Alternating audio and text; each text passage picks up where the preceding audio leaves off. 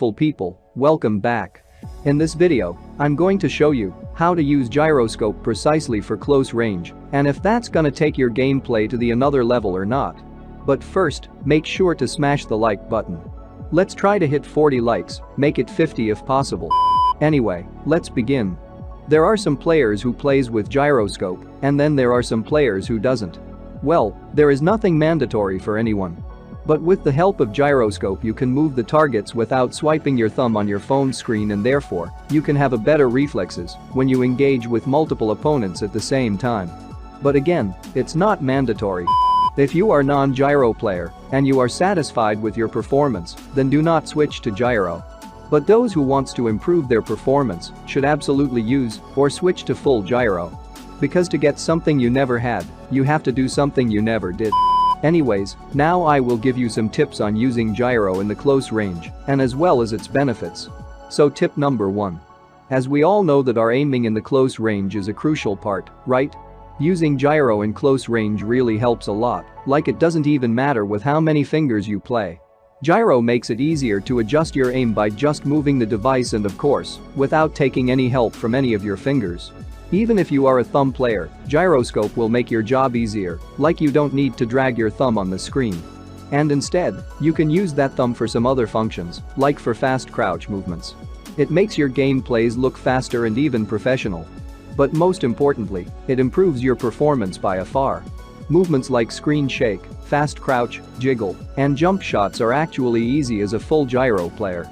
Tip number 2. The use of gyroscope in the close range is clear, as we know that every opponent we face never stands still, right? Every single one of them does the jiggle movement for example. So, to track their movement as a non-gyro player, we need to drag our thumb rapidly, but maximum time you will not be able to track it. But as a full gyro player, the tracking level increases legitimately to another level. It is important to note that higher the sensitivity, lesser the accuracy and better the control of recoil and vice versa. Therefore you'll need to figure out if you're willing to engage in more up-close encounters where your hip fire comes handy or if you'll take mid-range fights and transfer sprays onto your opponents. With full gyro, the hip fire aiming and your crosshair placement becomes so accurate and apart from that, you can do various other movements to dodge bullets.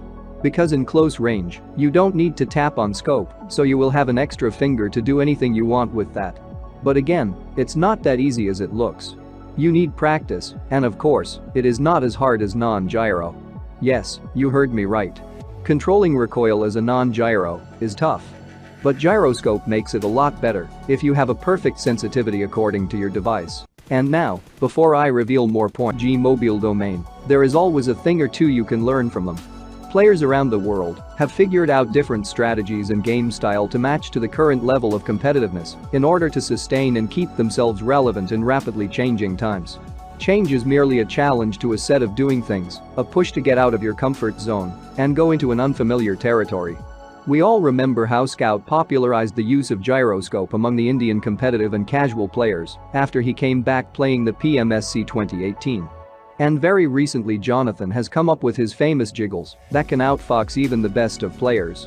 Tip number 4. For an effective recoil control using gyroscope your phone needs to be stable so that you get a good grip and avoid any kind of shakiness while transferring sprays. If you're a beginner who has felt the need to shift to gyroscope because of the rise in competition even in classic lobbies, you should probably start off with M416 without attachments. And try to hit close and far moving targets with different scopes on, since it is relatively easier to control the recoil of the gun. Try using gyroscope in your close combats, and surely you will find some improvements later. It will take you max a week to master, or to be good at using gyro. Anyways, so now you have watched the whole video, make sure to subscribe, because it would mean the world to me. Anyway, now enjoy my potato gameplay.